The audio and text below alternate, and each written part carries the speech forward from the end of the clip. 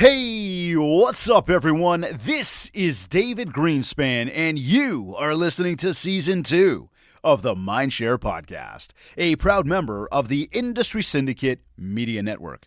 Additional podcasts are available at mindshare101.com and on all the major podcast platforms. This week's episode is sponsored by Kit's Keep in Touch Systems. And if you haven't yet, be sure to learn more about Kit's and the powerful cross-channel marketing suite that will help you build more mindshare in 2021. You can go to my site, mindshare101.com, and just click on marketing. I also want to start off by thanking every single one of you who continue to tune into the show every single week. I am grateful that you're here, and I am grateful to be able to help you go to your next level. I also want to share that we're running a little contest. We are pushing to get to 100 reviews on iTunes. So here's how this works. Go to iTunes, rate the show, leave a review, and you will be entered into a draw to win a free month of one-to-one coaching with me. Today's episode is number 108. She is one of North America's leading real estate team coaches. Recognized within the top 1% of realtors in the Toronto Real Estate Board and building upon her 10-plus years of agent development, hundreds of real estate teams attribute their growth and success to her leadership. She has been named as one of the top 50 elite women driving the future of real estate by Rep Magazine, not once, but twice, and top 20 emerging leaders by T360. She is a best-selling author of the Top 1% Life, and most recently was awarded with the iconic Leaders Creating a Better World for All award. The success of her company centers around integrity, honesty, and results-driven measures, the very things that represent her. She practices what she preaches, and that has served her and her company, along with her clients, with over 80% of them at the top 1% of their market. On this episode, I am joined by my friend and colleague, Kathleen Black. Kathleen, welcome back to the Mindshare Podcast. Thanks for having me back, David. I'm excited to be here. Oh my God, it's always fun to get together. It is. Do these things and collab and. Yeah. So I want to jump right into this because we were talking the other day and I thought, okay, you know what? Typically speaking, there's a whole question here, but I'm going to go like real high level on this one today. And I want to drill right down over the next few minutes together as we talk about this. Let's start off by saying this. I'm an agent and I want to build a team, but I'm not really sure if I want to build a team or if I just want to get some partners or if I just need somebody to help me. Like I had somebody the other day say to me, they're like, I shouldn't be doing these small $15 an hour jobs anymore. And I know that there's a lot of people that think that exact same way. They're like, why am I doing all this stuff? And sometimes we argue that. We say, well, like, that's you. That's what you did to build your business. You've got to be involved. Yeah. But we both know there's other things there. Mm-hmm. So if I said that to you and I said, Kathleen, walk me through that. Like, I come to you and I go, hey, I want to build a team. Mm-hmm. And you and I have had this convo, but I want to do it here. What would you say to that? And take me through that road. I'd like to take everybody through that sort of step by step of like, are you even ready to build a team? Are you even ready to take on extra expenses or partnerships? Are you organized enough? I mean, take us through. Yeah, I think, it's first of all, I think everything, and I'll say this right at the beginning so that people understand how I answer questions. I mean, to me, everything at a top 1% level comes from mindset. It comes from how you see the business, how you see yourself. So if you're thinking of building, and I know that, at a lot of conferences and training, the masses might be like, okay, we don't need the mindset, but the top 1%, they're looking for the mindset. Okay. So it's, and there's a reason for that. So if you're thinking about building a team, that's always where I would start. Why do you want that business in 2 years or 5 years? What do you want to be doing? What does your position in the business look like? What do you love doing?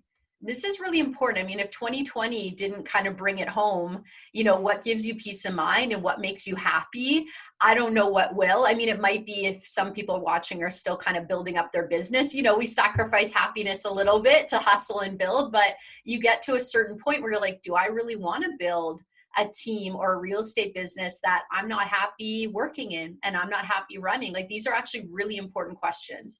So I would say, do you love training? Do you love supporting other people? Do you have enough business right now? Do you have a process for how you sell real estate? Because sometimes people want a team because they want more money, but more time back, quality of life, lifestyle.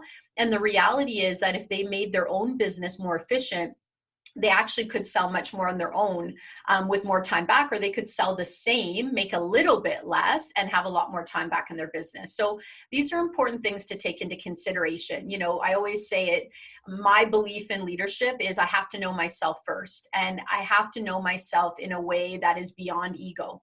So as an individual salesperson, ego serves me well in a certain way, like bear with me, Yep. but ego serves me well. You know, I believe I'm the best. I'm going to show up. I'm going to do a great job. I fully believe they're going to hire me. I get the sale. I win. Right? As a team leader, if I keep doing that and I've got team members and they're struggling and I keep saying, what's wrong with you? I keep getting listings. I keep selling homes. Like I'm winning. I'm actually losing and failing my team as a team leader. So when we look to expand, it has to be from a place, unless you want it to fall often, which most teams do, just being honest.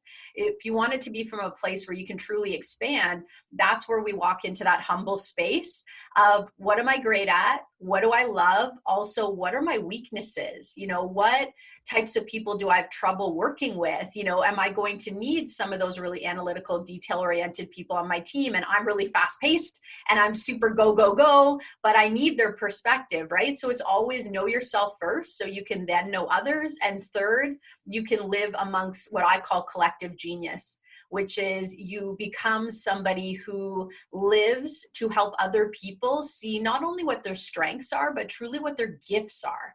And that's why I love coaching, right? People say to me all the time, like, why don't you sell? Like you did so well in selling. It's like, I live to help to mirror to people what their gifts and genius are.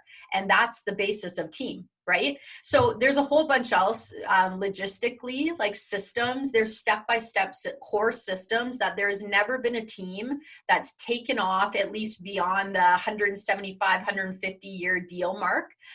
That's 10x or 20x without a certain list of core systems. They all have them. So if you don't have those core systems, it's going to be a lot harder to build and do the business you need to do. Like it needs a structure. So I don't know if I went too far, not far enough. No. This is, you know what, it's all like awesome precursor because it's you know, we just said a few things. We talked about mindset. We talked about time management, and you just talked about the core systems. And those are all places that I want to go with you right now because it's, you know, first, I'm 100% with you. That whole thing of like, why aren't you selling real estate? You'd be killing it. There's something innate that just says it's not all about the dollars and the money. It's so much more about helping people really achieve, helping people get over that spot. I mean, when we talk about mindset, I believe mindset is probably like the top number one thing there. If you can't get over or have the right mindset, if you can't get out of your head or at least learn how to manage all the stuff going on in your head, there's no way to succeed. There's no way to get to that next level, right? So when we look at mindset, what are some of those things that you say to people? I mean, you mentioned, you know, not just looking at your strengths, but looking at like, what are you really good at, right? What do you have gifts in? And oftentimes we can say that also says like, recognize where you're not so strong. Where could you use help? Yeah. What's your first, like when you bring up, because that was the first thing you mentioned, talk to me more about mindset for a second. Like, what would I do to figure that out? Or how do you help people figure that out? Where do we go with that? Well, it's a progression, right? It's not easy. I mean, for somebody who's been in the, like, just give an example. Let's say I've been a top producer in the business for 10 years, right? I'm doing really well. Maybe I'm selling, I don't know if I'm selling 50 homes, 60 homes, I'm selling 180 homes, right? Like we had people on their own doing that with licensed support, like assistant support, not Wild, other agents. right? Right? Every single time you get a win in the business, you're creating what's called neural pathways, right? So those neural pathways are saying, I believe this, and it gives me X results. And you're reinforcing it again and again and again. Every time you get a sale, every time you get the listing, you get this great dopamine hit that your brain goes, this is how I succeed.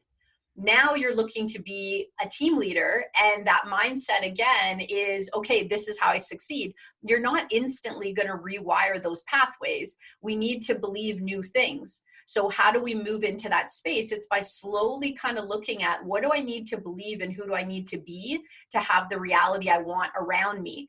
And sometimes it's a progression. Like David, you mentioned, hey, I don't want to be doing these $15 an hour activities. How often do we hear that though, right? Like, Well, yeah, oh, I shouldn't be doing that. Somebody else should be doing that. Well, I don't know if it should or shouldn't. I think it's what's the best path for the business and for the client. And it's, it's strategic, right? So I think, I talk about this a lot, that 98, 99% mindset is, okay, I just have to take action, right? Just get going, do something, take action. Top 1% is, I only have so much energy, so much time. I'm going to only invest so much money. I need to take strategic directed action that I'm going to measure and that I'm going to get a result back. And if I don't, I'm going to tweak it or I'm going to change it. It's a very different approach. So all of a sudden, 10 years, I've been doing really, really well. And now I want to be a team leader. Often the very things that we believe that helped us be really successful as a top producer actually sabotage us completely when we go to move into teams. So one example might be, as a top producer, I might confuse and think they're hiring me. And I know this is hard, like, bear with me. Yeah. They're hiring me. They're not actually, and you can take this or leave this, they're not actually hiring you. And people pay for results. They pay for results. They either pay for a product, but in our world, a service world, they are paying you for results. People come to me to pay me to get the results that I have a track record of providing. Those people don't work with me. I do slim to none one-on-one coaching anymore. They're working with our platform to get a result from us that we've created based on a process, okay? So a team leader understands that my client process delivers a certain result, and I train people to be able to deliver that result and have very successful businesses. It's not based on me they're hiring, it's based on a process they're hiring. Top producer is, as long as I'm there and getting it done, everything's going to flow really well. Imagine what a mess that will make of a team if we believe that we do it better, that other people can't do it, that people are going to be frustrated if it's not us. It is going to create a self-fulfilling prophecy that is so painful, and teams get stuck in it sometimes forever. I talk to people and they'll be like, no, I've tried, nobody else can do it. So I'm like, wait a minute, you've got how many other teams in your area who are successfully having other people do this portion of the sales, but it doesn't work? It's not that it doesn't work. It's what we believe. It's all mindset. It really is mindset. Now, but that's interesting, because if I'm a top producer and I'm kicking ass out there and I know my systems and my processes, I'm doing amazing, but I'm frazzled, I need some help, and I want to bring on somebody or Mm-hmm. somebodies. Yeah. And I think to myself, hold on a second, because I will say this, like, if I look and go, if I'm going to hire somebody, I'm thinking I want to hire somebody. I want to hire an individual, right? Now that individual may have a team, but I'm choosing that individual. And that's the person that I truly want to be working with. Mm-hmm. I'm going to say specific to real estate, right? Like, that's the person I got. Kathleen, I got trust in you. You can come to my home. You can sit at my table. You can mediate a fight between me and Jennifer, arguments over kitchen cabinet colors or God knows whatever else, right? Yeah. I want you. I personally don't want you to send me your buyer rep or whatever. Like, that's my thought. So now you're saying, though, if you're that top producer, you've almost got to get out of that mindset to go, look, when they hire you, it's not just you, it's your team. Yeah. So how do you then change that sort of the mindset for the buyer seller? Well, here's the thing, right? There's so many pieces to this. Like, team has so many pieces of the puzzle. But first, like, there's so many ways we could go with this. First, depending on your marketing, it's going to be really different. Like, where the big volume of business is happening in our industry is going to happen before the repeat and referral section of the business, right? It just is. There's branding, there's mind share, David. There's so many things. I like that term. There's cold leads even before mind share, okay? There's so many different stages in how a buyer or seller is going to work with us and engage with us as realtors, let alone technology, before they engage with us often. So we want to keep this in mind, right? Depending how you're engaging with the consumer, they might not even be thinking about you or your brand yet, right? Mm-hmm. So luckily, hopefully you have mind share in the area already, so that when technology brings them in, it now connects, reinforces, and warms that conversion up. But those people aren't necessarily only going to want to be with you. If every single person you engage with only wants to work with you, you either A, don't have enough abundance to have a team yet anyways, or you need some other lead sources, or B, we haven't organized your business so that you have a client process that you can easily have somebody to have trust in other people with your values, your results, your process, your experience, but being delivered by a collective, which is key. And the other thing I would say is, like, everything has a cost. Going from a top producer to a team, there's a cost. There's pinch months, there's pinch Yeah. years where you're building that business while you're still selling. There, you need a baseline. Like trying to build a team from scratch on your own is a recipe for disaster. And hire the other company if you think I'm being endorsing, because I promise you I'm not. 80% of teams fail. The majority of them are not profitable. And when they find out what the other teams are doing that are succeeding in their area, they're shocked. I have people messaging me all the time. How are people really paying their people? And how does this work? And like the secret sauce is that they had baseline. So they knew how to set things up and be safe from the beginning. Top 1% models top 1%. If you're modeling the water cooler, you're modeling what's average, trying to build a team, like it's going to cost a lot of money and it's going to be really, really messy. Okay, but tell me about that then, because again, I'm going to go to the place where, I am. I'm not a brand new agent, and even if I'm a brand new agent, I'm kick ass. Like I know Yeah. my stuff. I feel pumped. I feel ready. I've got my Yeah. systems. I'm a pretty organized person, and as an individual, like try keeping up with me, right? However, I'm at this point, and I'm like, I got to grow.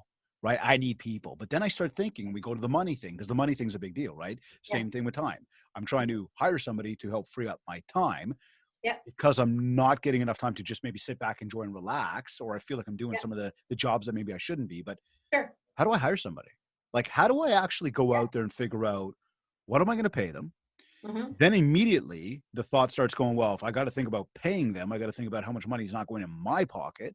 Well, how Yeah. much money do I need to now extra, like over, each month? How much more do I need to be bringing in? How Yeah. does that part work? How do we work that through for somebody that says, Yeah. one person, kicking ass, I got some dough, I want to grow? Yep. You need, first of all, you need a strategy. And strategy, it's like, okay, it's like this, right? Like we try to think that, and we can build strategy. I mean, I build strategy in my business, right? For Mhm. sure, I build strategy. But the reality is there's been some times in my business where I needed to do things and I've tried to get there and I've tried to get there and it's not working, right? Like I shared last week an example of writing the book. I put it off for 3 years, Yeah. a way to be able to make it a priority, carve the time out, get it done. And when I finally went and hired a coach to get it done, first of all, I got it done. Second of all, they already figured out the strategy. They already had the pathway. They had set steps of what I need to do. They gave me deadlines. They gave me consequences if I didn't get it done. And they guaranteed what I would accomplish if I followed the path. Now, I can't emphasize enough that when I worked with this coach, like some of their content was older. Like we have some videos and content that we still leave up for our clients that are like 10 years old. And people say, well, this is old, I don't want to watch it. And I will redo it. But the reality is the people who are coming to us who need the help to hire, to train, to go, what is this person going to do? Who should I hire? How much should I pay them? What should they be doing every day? What's good performance? What's not? What should be my return once I put this person in place? How long should it take me before I'm actually making money, right? Like you need all of that. And how are they going to make you more efficient? What do you need done? Like those things are so very important. So what I knew 10 years ago, 99% of our clients today still show up and they don't know it and they're not supposed to. Because when I go to a doctor and I say, I'm experiencing these symptoms, I want you to help me, the doctor's the expert and the doctor is going to say, hopefully if it's like one of my style doctors, they're like, Kathleen, are you exercising? Do you have enough sleep? What are you eating? What type of supplements do you have? Like that's my kind of doctor. But still, if it was something really serious, they're going to say, okay, like Kathleen, we need to do these tests. I need you to take these steps. I need you to take this prescription. I'm not then going to say to the doctor, well, but I've been doing this for 6 months and I'm just going to keep doing it. I'm going to try my way. Like I wouldn't do that. The whole point of the doctor is to give me the prescription to make my problem better. And in coaching, in business building, if we want to get to top 1%, and right now I'm a top producer, but I'm top 10%, the mentality that's funneling my success right now is not the same as the top 1%. So you can try to carve it out or you can plug into it. And I'm re-emphasizing this, David, not because that, like, again, go to any coaching company, it doesn't matter. But every single top team you see in Canada, let alone in North America, they did not build that on their own. That's not the reality. Like I challenge you to pick What do you even mean not on one. their own? Like the individual team, the team They did leader? not build it by figuring out their systems and their strategy on their own. They all had support. Like in the last 10 to Support 15, by a coach or support by like emulating others or both? support by a coach, sometimes Okay. multiple coaches. Yeah. Yeah, like you think about, like you're talking about 10-year processes to build getting done in 2 Yeah. years. Yeah. Like it's just to figure out who to hire is hard enough. To try to figure out who to hire, what should they do, create the systems for what they should do, organize your CRM, organize your sales process, organize your business so they can help you plus train them. Like that it's not realistic. And this is why people say, well, if you hired him in, it'll take you 6 months before you can recoup and start making money. That's not true.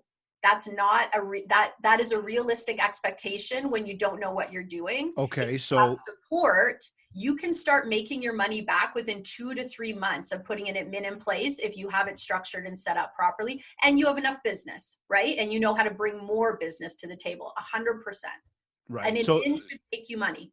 and okay. So good point there though. So if if you've got that strategy for what you want to do when you hire that admin by going Yep. through and what are those roles? How do you figure out how much you're going to pay that person though? Because that's the big look. When we boil it all down, everybody's getting up every day to go and make some money. Period. Right? We Sure. want to make money. We want to pay bills. Some people are making more. Some people are making Yeah. less. But everybody's kind of got that feeling, especially for some reason during this time of life. I'm overwhelmed. I'm too Yeah. busy. I need to be doing more. I don't have enough time. Right? So, okay, I want to hire somebody. But again, it still circles right back to the bottom line. How much Mhm. do I pay them and where do I find the right person? Yep. Then what am I going to get them to do? And how can I set up my system to go, hey, look, within, 90 days, you should be able to turn profit or start to see some Yep. ROI. Yep. First of all, you're not going to be able to create your system on your own and train in 90 days and see a profit. You're not. It's not like, and sell. Why is that? Why is that? Because you're only Because to one set person, up, only so much time or yeah, you don't have enough time. You okay. probably don't know the most efficient system and how to do it. So you're going to have to keep testing it and get frustrated. You're going to put somebody in place who people take action based on certainty. If you don't have certainty of what's going to work, you're struggling to put something in place. And now you're going to train somebody else on how to use a system that isn't even in creation yet. That's really, really difficult. So if I've got 90 days, I need to continue to sell the way I have this entire time. And I need to hire somebody, train them, Right. and have system like And be able to pay them for it while I'm still trying to put money in my pocket. you can't do it. Like you're going to lose so much money in selling, first of all, but second of all, just time wise, like it's not possible, right? Like we have all the systems and it's hard. Like I have to train somebody on putting them in place, let alone creating them. I mean, it takes a lot of time to create and package systems and get them ready to go. Like it's Okay, not an so overnight so thing. there's some validity there. There's a lot of validity there to why to seek out help, why to seek out Yeah. a coach to help you with that, right? Yeah. Now let's go to that idea around systems because we Yeah. talk, mindset, we talk, okay, mindset has to be in the right place. You need to be locked into you and understand you before you do anything else. Once you're locked into you and you've got your time managed properly, you know what you're looking to achieve, you've built your own systems and processes. One Sure. thing you just mentioned there was around, again, understanding what that strategy is when you bring that person on. Well, now I say, okay, so around systems and processes, what can I be doing today Mm-hmm. as a one man band, right? What could I be doing today to build out my systems and processes, Mm-hmm. maybe without bringing on any help at first to get Sure. myself really locked in? Yeah. Yeah, you want to set it up for yourself as you're going, right? So essentially, when you bring somebody on, there's two things you want to be looking at. What are your licensed versus unlicensed tasks? Mm-hmm. What unlicensed tasks could somebody else do for you? But second, what are your pain point tasks? What is just like you have an awareness that it's causing a mess in the business and it's costing you money for you to continue to do it, or it's costing you energy and time, which means it's still costing you money in our Mm-hmm. business, right? So you want to have clarity on, okay, we do it as a wheel. So like, here's the full wheel of everything we do in real estate. What legally speaking, like what technically with a license do I need to do versus what technically, if it was organized, could somebody without a license do to support me? From there, so you want to have those two lists, first of all, so you have clarity on what they could bring in. I Mm-hmm. would then put a time estimation on it. How much time is it taking you to do those things in your business, Right. right? Yeah, absolutely. Yeah. And after that, you want to decide one of two things. Like it's easy to say, okay, what are other people paying, team support or an administrator? But there's a little bit more to that. Are you looking for genius or are you looking for an implementer? If you are a strong driver and you want to drive the show, or you're leveraging a certain system and you want them to use that, You might want an implementer, and an implementer is somebody who you can bring in who has the right aptitude for the role. They have the right personality. You're going to be able to work well with them. You know, their team values or their values they're bringing to the team are congruent with yours. Like, all of those things are positive. That person's going to come in and put into a place a system you have. So think like the Keg or Burger King or McDonald's or whatever, right? Those people are implementers. They're coming in to implement the vision and the role that is assigned to them in that business, but that role is already structured. The training structured, the job description structured, it's all there. They're not recreating the wheel here. They've got other people at the top who are going to recreate the wheel, right? If they even do. Mm-hmm. That's an implementer. You're going to pay a much lower wage typically for an implementer role. Now, if you want to bring in somebody who has existing experience in Genius, right? So not only do they have an aptitude for this role, they have experience on it. They're a self-starter. They're a leadership type archetype for the business. Like, they want to create, they want to test things. You know, they've got their finger on the pulse, and not everyone wants that. Like, remember, a genius level hire is somebody who is still thinking about the business after hours. That's not everybody, right? This is like a leadership Definitely person. Not. No, that's not everybody. You can sometimes hire an implementer and nurture them into hire an implementer and nurture them into a genius leadership. Like I do, I find with marketing, you almost always have to do that. But if you want someone with admin, again, who has their own system, their own way, you want them to bring it in, you're going to pay more for that person. That's a completely different style hire. So if you already have your playbook, you may not want the genius person yet, because you want them to set it up in a way that's going to work for you, that's going to work for other agents in the future, that's actually going to click together. And if somebody brings in their genius and it doesn't match your 2-year goal, you might end up having to redo it again, which isn't great. So this is why typically we get implementers until we need, like, let's say I'm a driver. Eventually I'm going to need a manager archetype. I'm going to need someone with that genius who is a leader. Like, you know, Stacy on our team, David, and Shannon. Shannon, you got a wicked they're team, both, absolutely. Yeah, but they're genius level leaders, right? And, you know, if they ever moved or life changed, somebody else could do that. But the reality is that they are 100% responsible for their departments in the business. They are not implementers. They are creating their departments, along, like with my vision, but there's two. Yep. Right. Yep. So, yeah. So what you pay will be very different depending on which one you need. And I find a lot of times, particularly with marketing, I'm just bringing this up, a lot of teams they say they want a genius in marketing, but if the team leader loves marketing and they really want it their way and they're really connected with it, they probably want an implementer. They want that person to eventually see marketing the way they do. And that's a little bit of a progression. So. And I think that that's an important point as well when we look at marketing, because I mean, look, I'll speak purely like right here with me. Yeah. I mean, I've got my kits team, I've got my Mindshare team, and there's always going to be certain levels of where my marketing team for, let's say, Mindshare is going to go, Dave, you know, here's the road we're going down. And I look and say, look, I almost don't want to really micromanage any of that stuff. I'd like to know what's there. I'd like to make sure it's in line with our vision and our strategy, yet they are there for a reason, right? They are there to do certain things that help me free up time so I can focus on other things. And some of those things too become, and this goes back to the comment about the $15 an hour job. I do truly believe that some of those tasks that we do, that we sometimes think are beneath us, those are actually driving forces behind what got us to where we are. And that could be the connection point with individual people out there, building the relationships with people out there, getting out there in some of your marketing even. I mean, I know for myself, you know, within Mindshare at least, I'm not going to have somebody else come and host this podcast and have you on as a guest. It's going to be me hosting the podcast. It's my voice. That's what's got us to where we are. Because again, there's that level of, as we call it, genius that becomes, this is our hat. These are our shoes that we wear. So now it comes back to, again, where we look and say, okay, well, what could somebody really come in and do to help me grow? Systems, processes, marketing, you name it, help, whether they're implementers or they're genius, without taking away from what actually got me to where I am today. Right? Because we see that a lot with the marketing, especially where, well, I don't need to do that anymore. Well, again, you're the voice that made all these connections. You're the voice that built these relationships. You're the voice that brought in all these various deals that have come on. You're the voice that brought your success to you. So by stepping away from that, all of a sudden you may actually, it may hinder your strategy rather than support your strategy.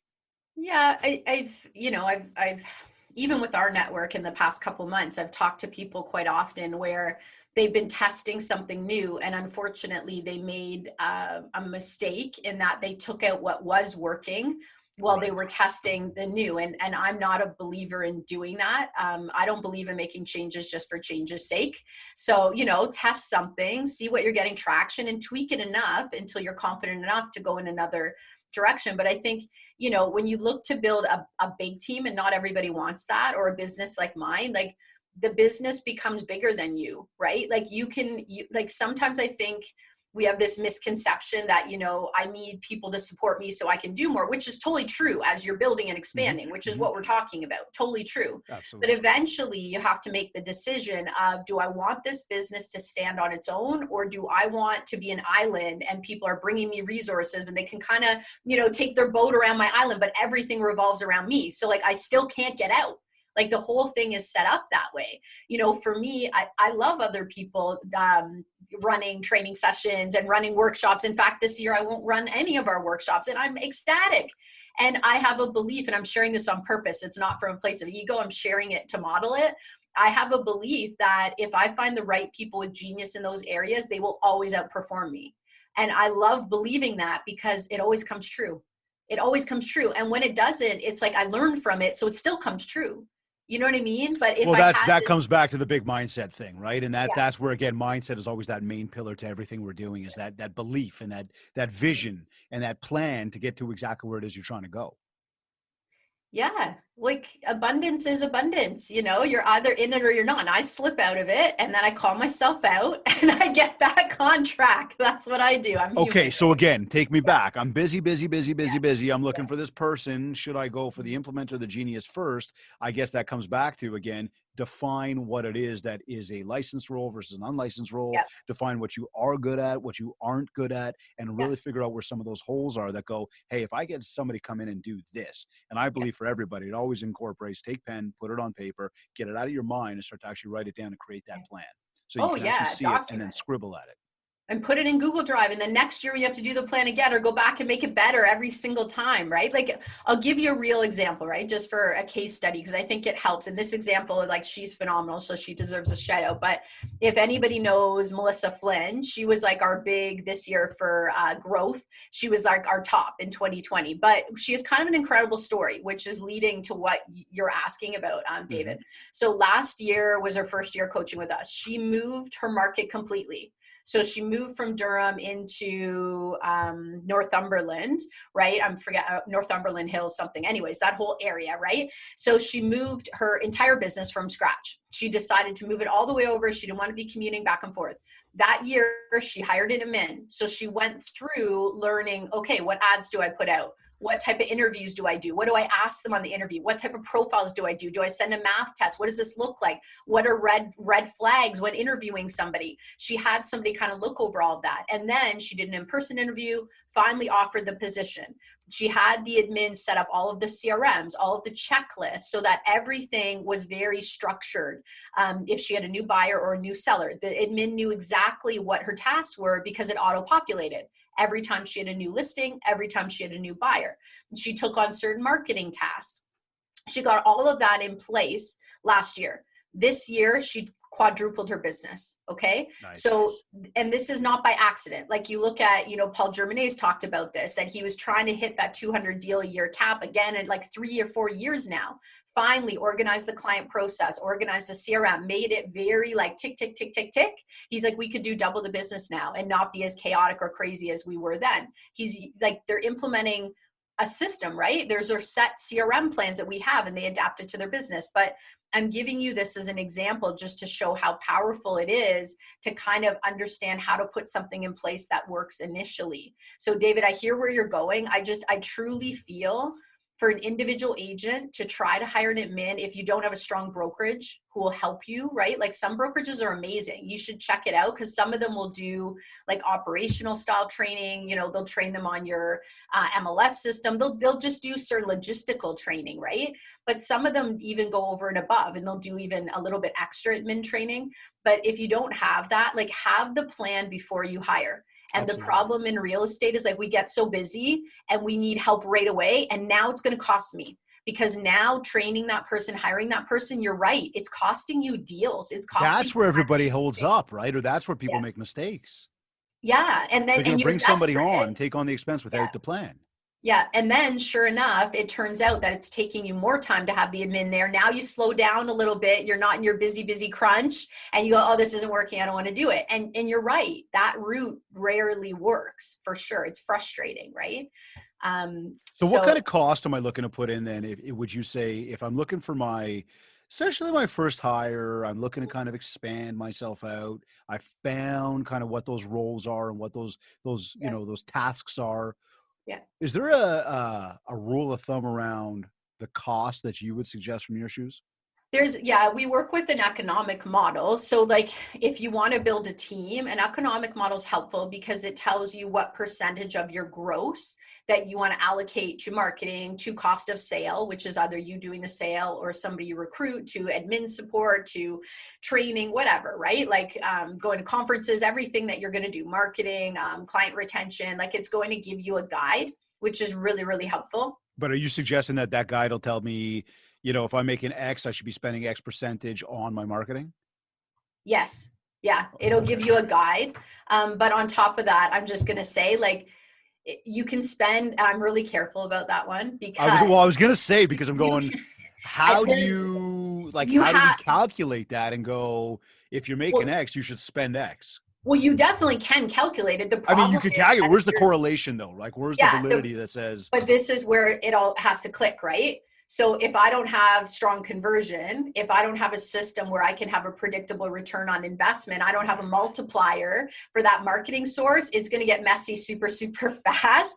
Like minimum, you need to be tracking source of business for your deals, minimum. absolutely. Because if not, like I've had people come in like 25, 30% of their GCI on marketing, which by the way is high. And they had no idea what was working and what wasn't. It took us 2 years to track it and figure it out so we could make changes. Then we brought it right way down, but we kept what was working without paying more for marketing. Like they didn't take a hit. They were paying for things that had no traction in their business, right? But if you're not tracking, you don't know that. I've also worked with teams where strategically, when we did their plan, they doubled their marketing that year after because they knew they're like, we're recruiting, our people can do more business. We're very predictable in our tracking and our results. So yeah, we're going to jump. Right. And they did, and it paid them back, but they were willing to take that risk because they had enough confidence in their foundation to do it. Right. And they've been tracking where it's coming from. So, Yeah. what are you finding then? And I got to go down that road because of marketing for a moment, right? Yeah. Are you finding any commonalities behind where teams are generating most of their business from? So when you go through it team by team by team and we start to identify, first I was chaotic, I was all over the place, I didn't know where I was getting my business from, but I know what's coming Yeah. in, I'm doing well. Now we start to actually track and Sure. analyze. What do you boil that down to in terms of, that one channel or a couple channels that Yeah. really seem to be driving the bus for people? Yeah, I think once you have the team in place, it's not quite the same. Like an individual agent sometimes could have 10 things that they're actively doing, trying to bring them business, which by the way can really dilute your time and effort and energy.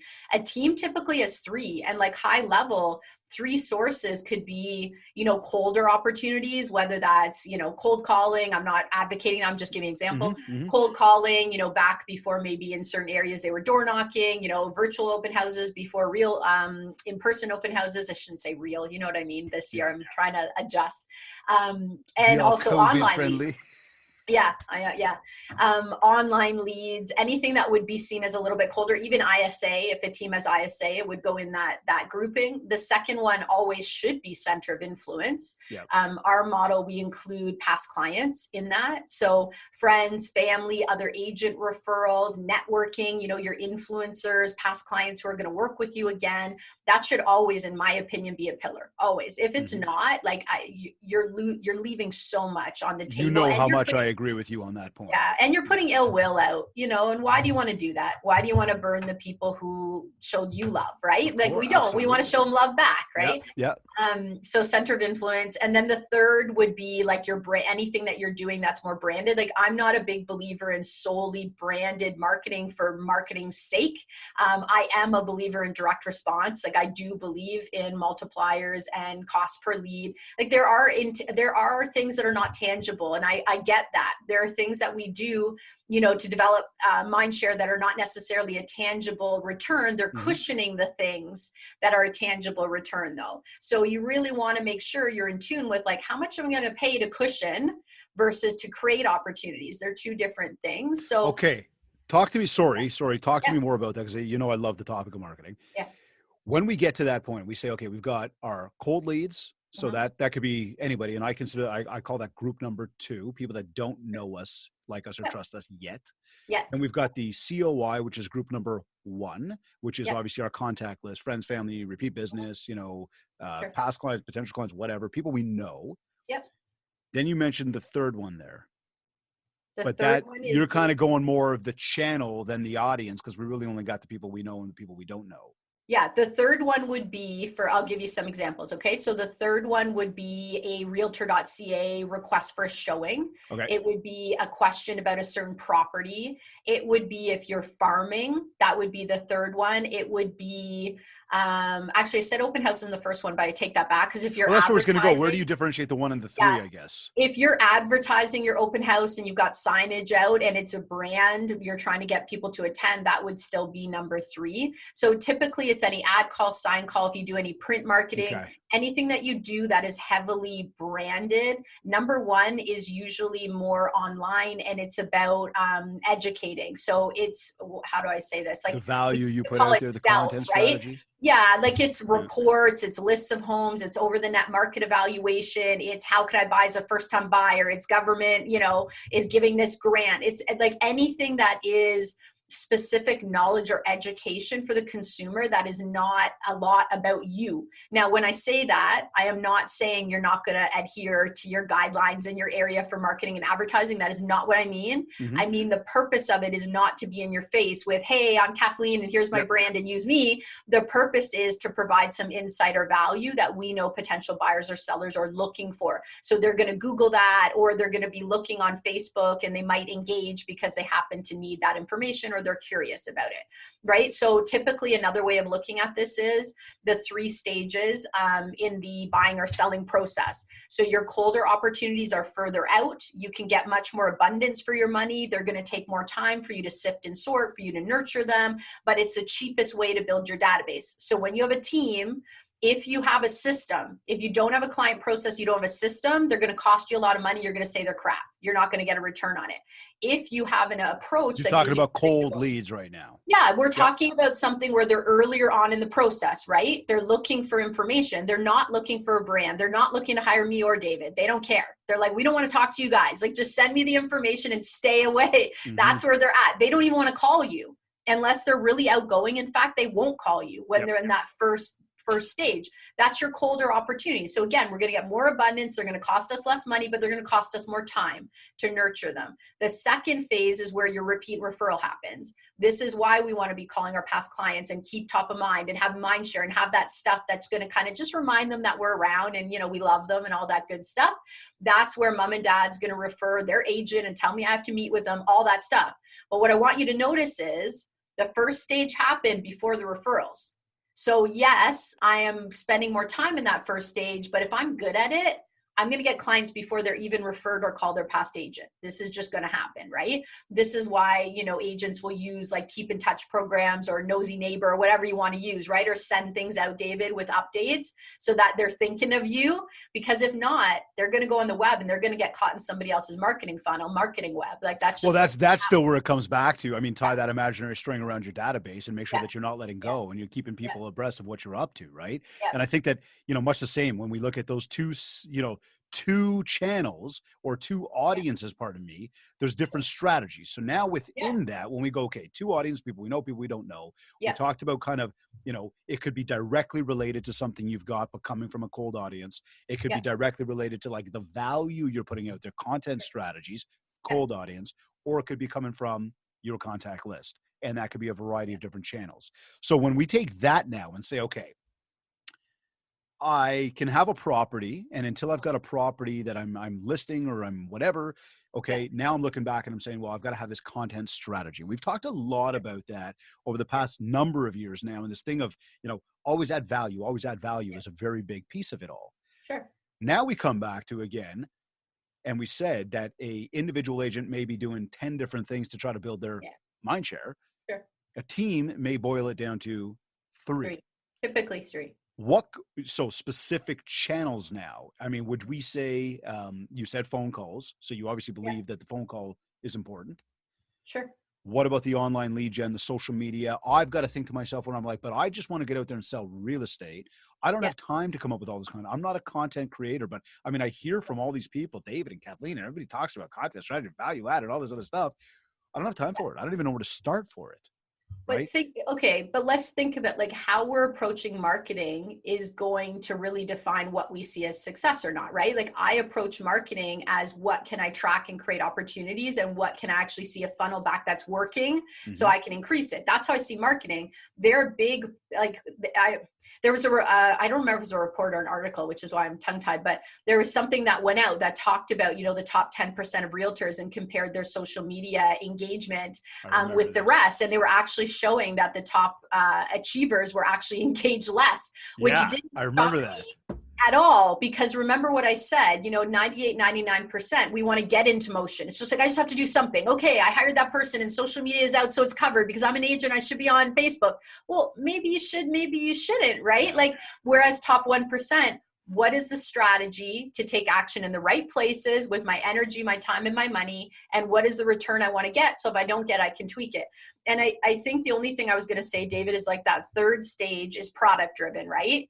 So like the first one is, I got that. Absolutely. I don't know you. I just like the third one is product driven. So, sure. I mean, most of those people have an agent, but I call that the gravy deals, right? Like it's harder to have the multiplier, but that's like, I'm going to buy a house in the next six weeks. So if you hire me, I'm going to help you buy that house kind of thing. But most of them already have agents. But typically if you're doing anything branded, like again, sign call, ad call, anything print, if you're still doing it, Facebook just listed, or active listing ads, all of that is actually targeting the majority of people will engage with it, already have a realtor. So that's where you'll get a lot more pushback. It's a lot harder to convert, but the people you do get, like they're very valuable. They're close to buying or selling, right? So we've talked, the idea around mindset. You've got to be in the right frame of mind. We've talked about how to structure it to say, okay, who would I bring on? What does that person look like by going through strengths and weaknesses and licensed versus non-licensed tasks? We've moved from there into, okay, so I'm starting to bring this person on. I'm starting to do things, which means I need to generate some more revenue. So we just touched on the idea of marketing, talking about the different audiences. Okay, wait. Yeah. Maybe I need to generate more revenue, David, right? Or maybe I'm already dropping opportunities because I don't have enough time to deal with them because I'm doing admin and I'm doing marketing, I'm doing all these other things. So maybe it's like, I just need to train them as quick as possible, because the minute I do, the majority of agents are demoting themselves for a long period of time before they hire an administrator to help them. They already would have made more money by having them in place. Not everybody. You might be someone watching this who that's not true. So please talk to your broker, talk to David, talk to me, whatever, get some feedback. But the majority that are waiting because they think I've got to make more money to pay for it, they already are losing money because they're not paying for it. It's the opposite. Okay. Done. I love that. Sorry to cut you off. I love what you said though. Get me over that fear then. Yeah, it's just running GCI mindset, individual agent is like, I got a trade check for $20,000 and made $20,000. Business owner mindset is, what are the different tasks worth in the business? What opportunities are coming in? What am I making net? And what am I profiting? So if you look at it from an overall business owner's mindset, the business owner is going to say, okay, today I'm here, I'm at 20 deals. 2 years from now, my job is to be at, you pick your number, right? 60 deals, 100 deals, whatever you want. My job is to be at 60 deals in 2 years from now. I can't get to 60 deals if I continue to do all the things in the business. What are the other things in the business worth? Let's actually, like, remember I said, write the list, write down how much time you're spending, and then give it an amount. You can have an amount to outservice it, right? Like we have so much support now as agents where we can outsource things, is what I meant to say. So how much would it cost to outsource it to technology or a service versus how much would it cost for somebody in-house? What's the pros and cons of that? If I now take all the things I'm doing and I take the amount of hours I'm spending doing them and I divide it by my current income, that's what I'm worth per hour. Okay. Not as I'm not worth more as a human, but that's what the activities I'm doing are worth an hour. So now if I look at it and say, okay, wait a minute, the activities on this side or the outsourcing is worth 15 or 20 or $35 an hour, whatever you want to say. Most agents, like minimum, are worth 150 an hour. Most of the ones we work with are worth much, much more. So literally they're looking at it, and I say to them, do you have follow-ups you haven't called? Right? Are you calling your past clients a minimum of 3 to 4 times a year? And often they're like, yeah, I have follow-ups. And I'm not even calling my past clients, or I'm calling them once every 2 years if I'm lucky, right? So all of a sudden we start to look at the opportunities for them to take the time they're currently spending on admin or marketing or, structuring plans, CRM, whatever it is. And we look at what that time would be worth to them if they spend it on the aspects of the business they're dropping right now. They instantly will give themselves a raise instantly. Because think about it, they're now making even more with that time than they were before, and their per hour is just like exponentially higher than the person they're bringing in. It's not that if you want to become a team and you want to be a 100 deal plus producer or 200 or 500, it is not, can I afford the admin? It's, I can't afford not to have the admin. I can't get where I'm going. So it's like, I either do it now or I do it in 2 weeks. If I can't do it now, I want to give myself this like bullseye target. Exactly how much do I need to make to bring them on? Exactly how much surplus and opportunities do I need to make? And the minute I have it, I'm hiring them. Like, give yourself permission to say yes if you need that like safety, which a lot of people do. And I just do it strategically. Like it's very educated risk. It's not outright risk, right? No, I like it. I like it. Okay, so now let's fast forward there. Mm-hmm. I've now brought this team on, this individual or a group of people. When we look now, and can I go twofold just watching the clock here, okay? Sure. Yeah. First, the importance of culture Mm-hmm. when it comes to team, because I think that oftentimes when we look at big brokerages, we look at brands, we look at individuals, we look at groups of people, culture is something that there's not enough emphasis put on, right? And I believe this is a massive element to just growth. It's like when I look at KBCC and I look at the team you've got, the culture is awesome. Like, I mean, I feel like a part of the team you know what I'm saying? Like when we get together, there's a wicked culture there. Yeah. We can go out for dinners or whatever. We used to be able to do these things. Yeah. It's good. There's culture. So one, the importance of culture. And then two, which evidently it has, how has COVID affected the landscape of team culture, the mentality around it, processes, and then what is that suggestion of people to go for, here's why culture is important and here's what to do to keep this stuff no matter what's going on right now. Yeah. So, okay. So I think culture, I agree. It's everything. Like I know some people said this, 2020 is your strategy. It's like, if you have a great strategy, but you don't have a great culture, who's going to put your strategy in place for you? Right. Like you always need both, I'm a believer in both, but I think we always need to be able to either ground down or ground up. And when I say that, it's like, anytime you're going into difficult months or difficult week, or we're going to a growth phase, or we're a new team, we need to be able to either ground down in who we are, what our values are, or we need to be able to not look up at a leader as if they're above us, but look up and know that there's consistency. Like I'm a big believer in, honoring, like for me, I'm a very spiritual person, right? So for me, there are certain things, like I truly believe if I cheat or I lie or I do something, dishonorable, that even if I won in business, I lose as a person and I lose my power to create more in the world, right? I agree with In you a completely. team, it's not all that different. It's like we need to have values that are higher than all of us as individuals that we agree to adhere to, so that when we hit the tough times,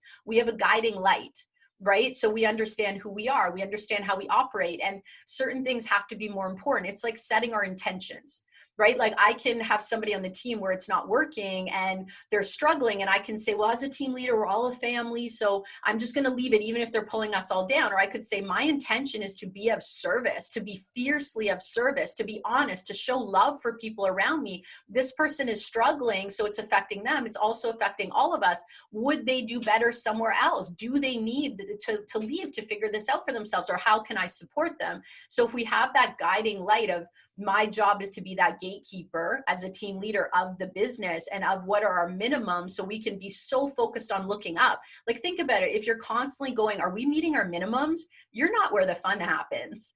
Like you're not, like that's hard when we're constantly, can we just get up past the minimum? Like you're not looking at the big dream, which is what's going to power you through.